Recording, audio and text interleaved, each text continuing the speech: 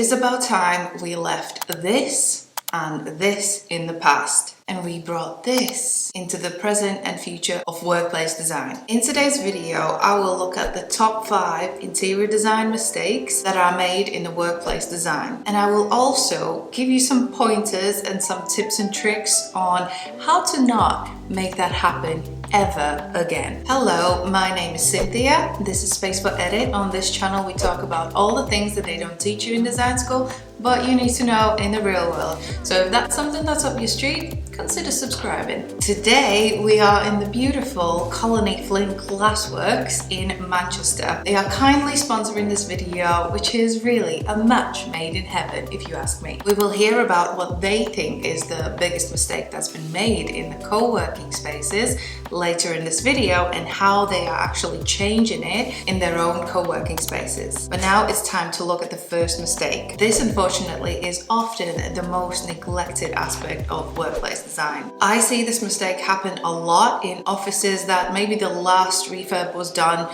many decades ago, 2 or 3 decades ago. Or if we look at the most recently refurbed offices, it's often because the design has been done by someone who hasn't had the right training in interior design. Let's look at the dated spaces first. The main reason why the dated workspaces don't work for us anymore is because we as a society, how we operate, how we do our work has changed drastically in the last couple of decades, even in the just last 10 years. We no longer need bulky and cluttered workstations. People can work on laptops, everyone has a mobile phone, so this means that we don't have to be tied to a single desk. We can move around with ease, we can work from anywhere. In today's workplace, people need flexibility, agility, and comfort. This could mean that maybe there's a large sharing desk where people can just plug in and work from their laptops, or there could be a sub-seating area where people feel a lot more comfortable if they just have to scroll through emails and just take some calls. It could also go as advanced as standalone, flexible, multi-kind of design-led meeting rooms. But no matter how advanced or simple the design is, the underlying issue is that the old workspaces are way too bulky and very stagnant. And when it comes to non-designers taking on a job of an interior designer,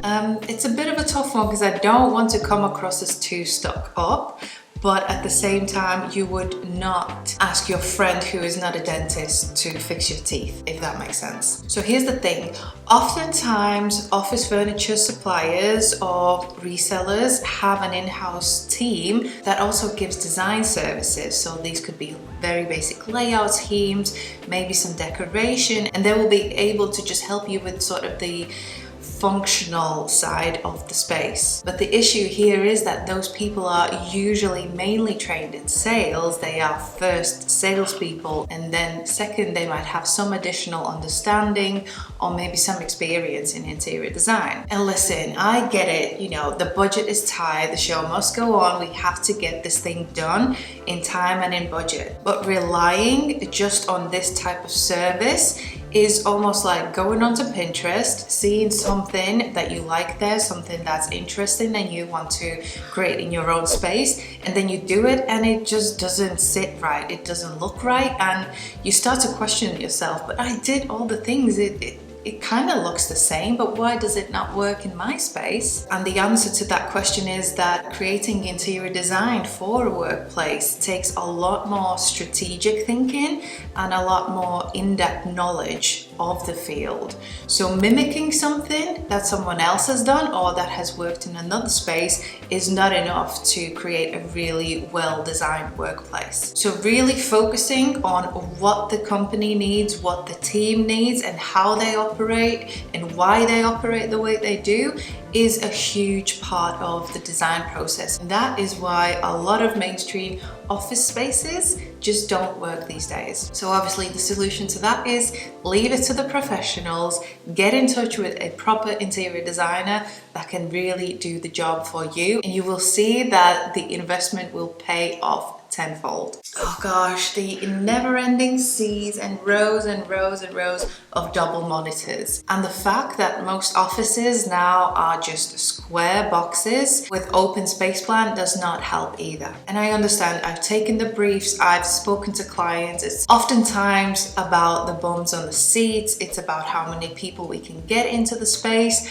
but even then we can work around this issue and we can be smart about the design proposal. First of all, I would always advise to have a maximum of 3 desks next to each other, and these usually are double-sided, so that will be 6 people clustered together max. If that's not an option and we are tight for space and we are really tight with numbers, then there are a few other ways how you can switch things up. You can divide an open plan space visually and physically with desktop partitions or like privacy screens. They might just be low height, they might be full height up to the ceiling, they might enclose a whole workspace or just a single screen, or you can even use shelving units to divide these banks of desks after every 3 or after every 4 desks. You can introduce some suspended biophilia elements or some feature lighting, so that will focus the vision towards that element rather than the sea of monitors that you can see. One little thing that I also like to do in open plan spaces, and I do this on hospitality interiors as well, if we have a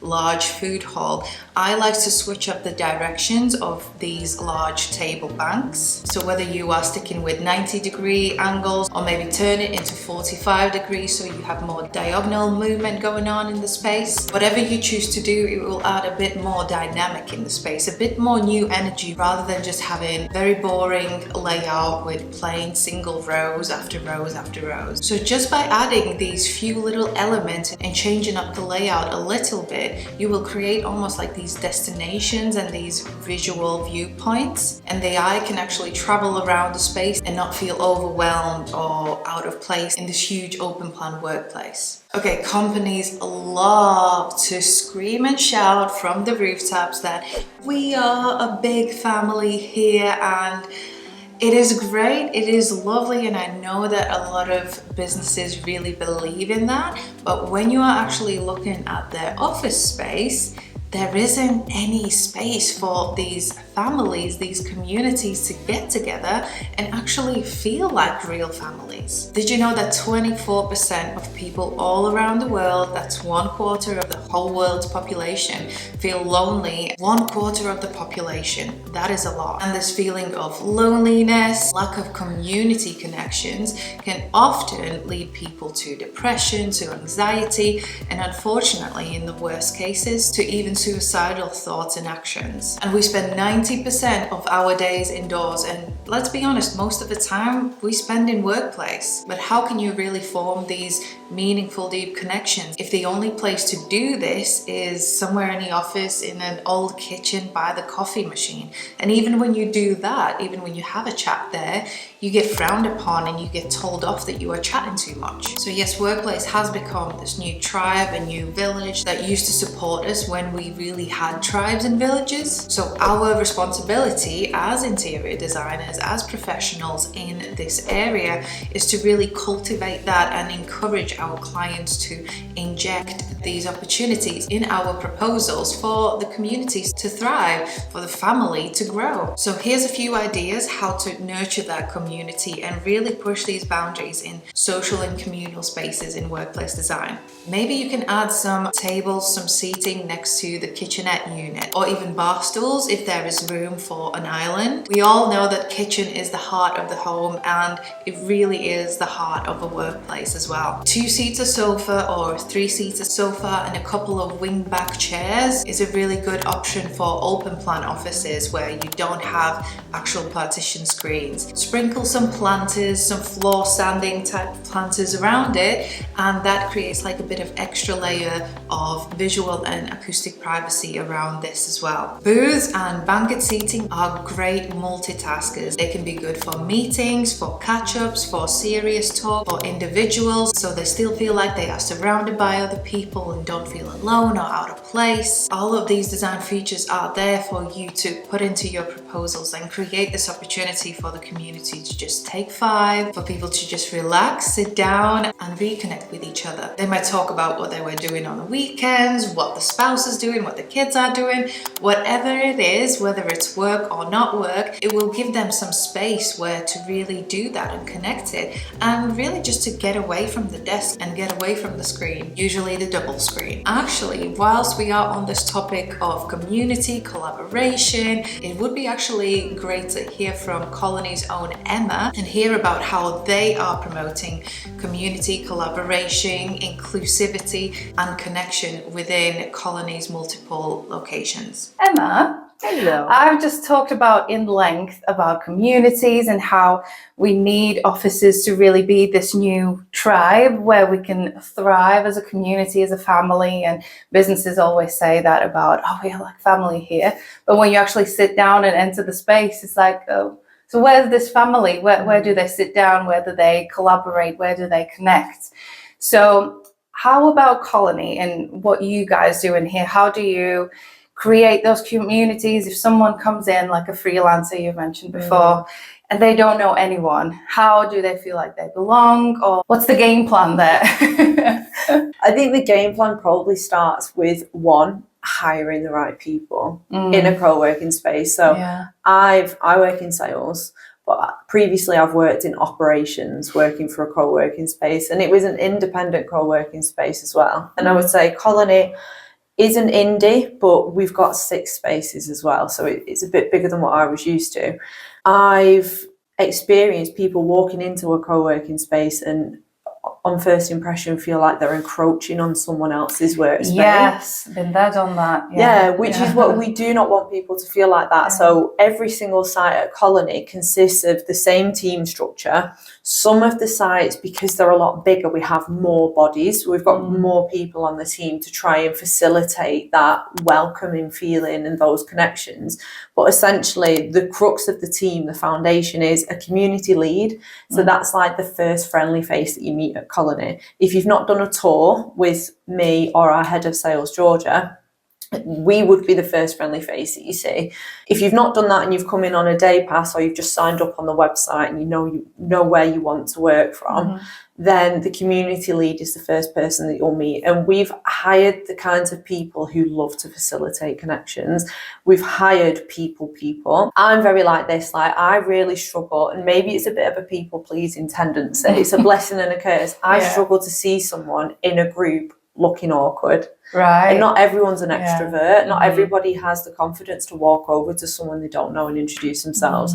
So we've hired people who are really skilled at facilitating that. People who don't want to see someone sat on their own isolated when they've come in and said, we want to facilitate connection, like I want to make friends. Another thing that we do is, if I've done a tour with someone, I'll get to know as much as possible about them. As much as somebody can come to us and say, oh, I want to work from a co-working space, what do you have? I'll ask them different questions about what sort of environments they like to work in, what sort of work it is that they do, because each of our sites lend themselves to different working styles, different projects, different personalities. And then I'm able to gauge which of our spaces they would probably thrive in at the first instance. And I think once you're in Colony and you've attended some of the events that we do, because we do like professional networking, but also dead relaxed stuff like a dog social where you can bring your dogs, or if you're super into dogs, Prosecco, pizza, the things that is so easy for people to bond over. Once you're in, you can then go and work from all the other sites and feel confident that you know people. But in the first instance, I'm always thinking, where will this person feel the most comfortable and confident to begin with? I think that helps. And then when I'm handing them over to the site teams, I send them an email with all the things that are helpful to know about the new starter and what specifically it is they're looking for. And if I think they would be a good fit for as like a friend or a networking connection for someone else who's in that site as a member, I'll let the site team know. Right. And that's how so there's like an ongoing support there as well. From the moment onwards. And I suppose we're just constantly on it. Like the whole purpose of Colony is kind of like synergy and bringing people together. I loved what create you something said bigger. about, in our call, you said about what the actual meaning of colony is. Because it could be a bit of a negative taster to it, but actually the colony is the more colony about, that the founders were thinking of Yeah. was the petri dish. And like when I'm shocking at science, but it's like all the different elements coming together to create something bigger and something different. So you've got lots of different freelancers or remote workers coming together to create something bigger than themselves. And then as an aside to that, we are a Manchester-based co-working space, and we have got a worker bee attitude. And you've got the colony of bees who all again work together to create something bigger than themselves. So it's literally there from our inception, and everyone at different parts of the business, from sales to marketing to ops and the community teams on the ground, we all have our own little way of contributing to making sure nobody feels alone and everyone feels like they're part of it. Yeah, and I think that's what a lot of places are missing, that there's not that incentive from the beginning, really from the core, like even from the concept of what are we called to how is our team formed and what are the places feeling like. Coming in here for the first time, I really feel like this is a creative space. Everyone's bubbling, everyone's mixing together, and it's not like a dead space and it's quiet and should I cough, should I not, should I take a cup of coffee, am I going to create more noise? You know, sometimes it does feel like that. So it doesn't definitely not here.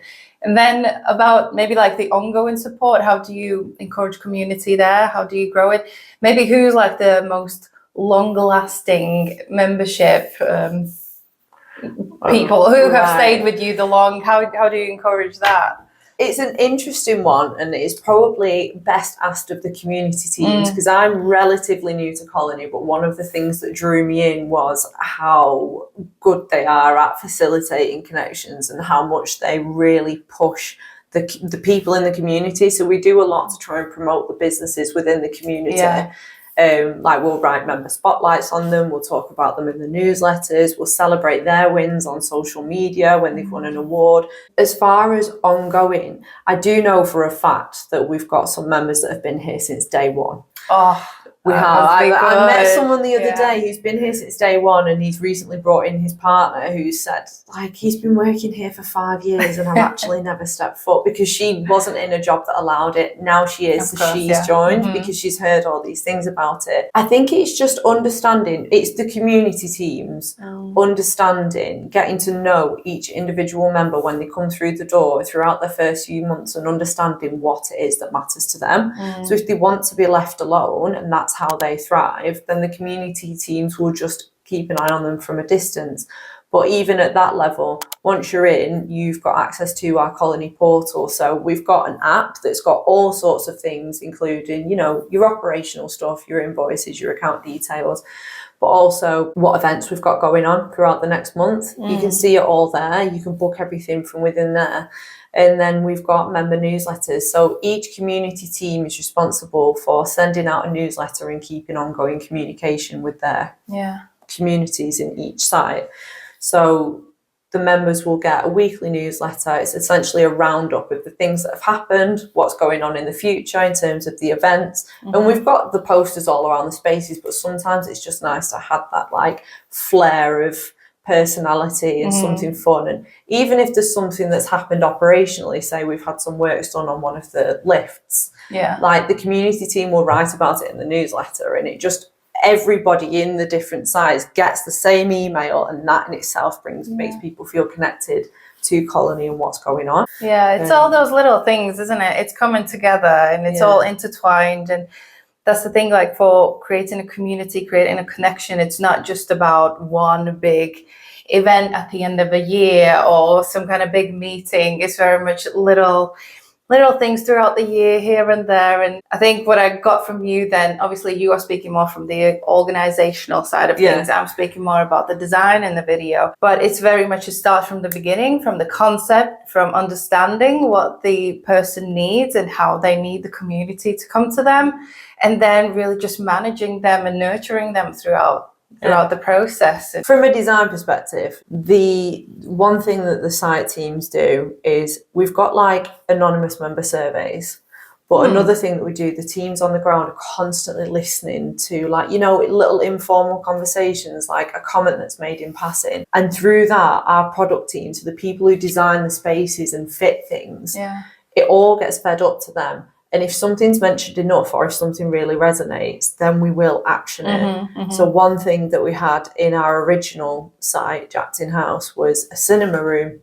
Fully kitted out cinema room. So we do movie nights. We've got a lot of independent film companies within the Colony network, and we'll help showcase their films. One thing that kept getting mentioned to us was a podcast studio. Yes. So we've since moved the cinema room to another site, and we've invested in creating a state-of-the-art podcast studio. So that is, I suppose, one element of Colony growing with the members to make sure they continue getting what they want from a practical standpoint as well. No, that's brilliant, because at the moment, multifunctionality in any kind of space is huge, because it's hard to get people back in. Like we just talked about today, the weather, it just puts everyone off. If I've got an opportunity to not come in, I'm not going to come in. So the dishwasher needs to be put on. I need to stay at home. Oh yes, the washing, so needed, so needed. So yeah, for you guys to really take on that and take action on it. I think a lot of companies just hear it and they don't think it's important. But now obviously you get to see that people are using the podcast. And it's a growing industry, isn't it? Content creation. It's huge. Like I'm here creating content today. Exactly. So that's all that. Yeah. Fantastic. So that is it. We've got 2 more design mistakes to look at. So let's get back to the past, Cynthia. Okay, let's start with lighting. Just because we are in a workplace environment does not mean that we need the main lights to be blasting at full at all times during the day. So much more comfortable and productive space can be achieved by combining these main lights with something that's more softer and ambient, like pendants or floor lamps or even desk lights. All of that just creates a lot more comfortable and welcoming space. In my smart workplace design video, I already talked about smart lighting solutions and HVAC solutions. So really investing time and money in workplace lighting design really makes a difference. Okay, next, acoustics. One of the biggest complaints when asked about open plan workspaces is about noise levels. There are so many sources where noise can be coming from within an office space. It could be your colleagues chatting, couple desks down, so that is getting you distracted. Maybe it's someone printing something, or the receptionist talking to the postman, or any guests that are arriving in the building, or even someone's phone ringing all the way down a hall. You can still hear that, and that is still distracting you. Or it could actually be the other way around, when the space is so quiet that you don't even want to breathe or cough or say anything, because the silence just amplifies everything that you do. Either way, we have a problem. So how to fix it? Acoustic rafts, ceiling panels, acoustic padding is obviously the main go-to solution for dampening any kind of noise within the space, but oftentimes these solutions are quite expensive and they are the first ones that get omitted from the budget, just because people feel like, well, that is not where our money should be going. So if that's the case, you can't go for the ceiling rafts, you can't get any acoustic paneling in, then another thing that you could look at is this spray-on solution. It's called Sonar Spray by Oscar Acoustics. It's quite a good solution for large open plan spaces, halls, and just other venues where there's a lot of hard surfaces within the space. They are not sponsoring this video yet, but do check them out if you think that that could be something for your project. But if all of the above are still not options for you, then there's still some solutions left. Biophilic elements like green walls, potted plants, whether floor standing or just on a tabletop, or maybe even within ceiling rafts, any kind of greenery can be great with dampening noise and kind of absorbing the overall noise levels. And they are also great sustainability and well-being boosters. Soft seating and soft surfaces will definitely soak up a lot of noise. Sheer and blackout curtains, they can be used obviously for window treatments or as room dividers, and they will be great for absorbing and kind of breaking up the noise that's traveling around the space. So you got partitioning and you got noise dampening, two birds with one stone. Great. So there's plenty of other smart and budget-friendly solutions. Acoustic panels do not have to be the be-all, end-all kind of solution.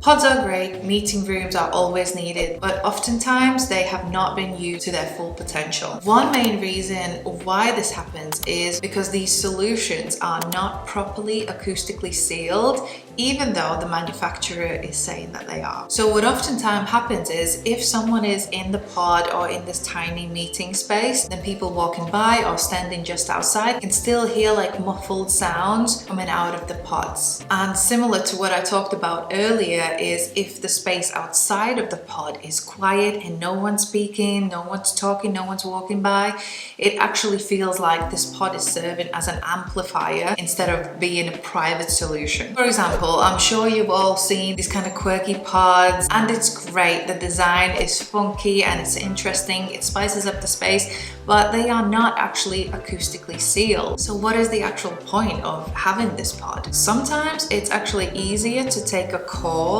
or even a video call outside in the open space where there is this background noise and almost like this buzz going on that will dampen your actual phone call. And meeting rooms are actually facing a similar kind of issue where maybe it's been a cost-saving exercise and the room has not been properly acoustically sealed, the right glazing or the right partitioning hasn't been used, they've kind of gone for a lower budget. So what the client has ended up with is a meeting room where you basically have to be very, very quiet if you are talking about some serious issues. So once again, we are in a meeting space that is not really fit for purpose, and it's all been a waste of investment and everyone's time. This was actually one of the main issues that we were challenged with in one of our latest workplace projects. The existing meeting rooms had these really old school partition walls and glazing that didn't really go all the way up to the ceiling, so they were not properly acoustically sealed. So what the team actually had to do is book meeting rooms outside of their own premises somewhere else in Manchester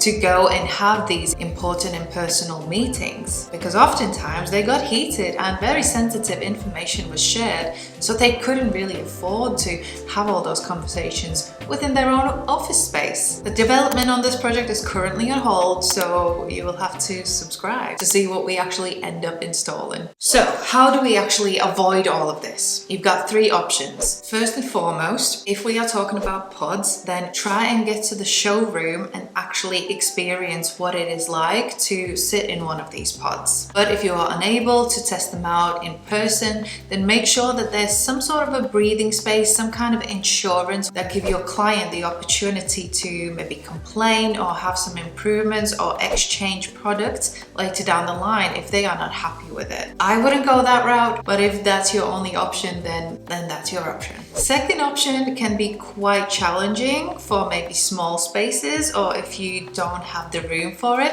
but try not to cluster them together.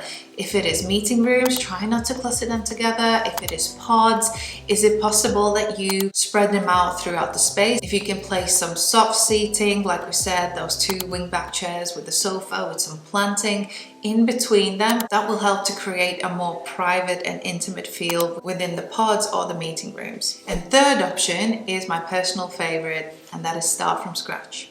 And this way you can actually control everything. What type of glazing goes in, what type of gypsum is going to be sealed. You can make sure that all of that is up to spec and you are really delivering a proper meeting room that's going to suit for all levels of discussions. So there we are. I hope this video has been useful and you'll be able to improve your designs, and we will not have to make all of these mistakes that we have talked about today. today. If you've stumbled upon this video and you need help with your own workplace, then do get in touch. I am taking on my own projects. And of course, thanks again to Colony for sponsoring today's video and providing us with this lovely venue and the lovely B-roll that you have seen throughout this video. If you are interested in co-working space and you are looking for one, then their details are going to be below and you can get in touch. Here's a few more videos that you can watch that are related to this topic, but if you don't have the time, then make sure to subscribe and I'll see you in the next one. Bye!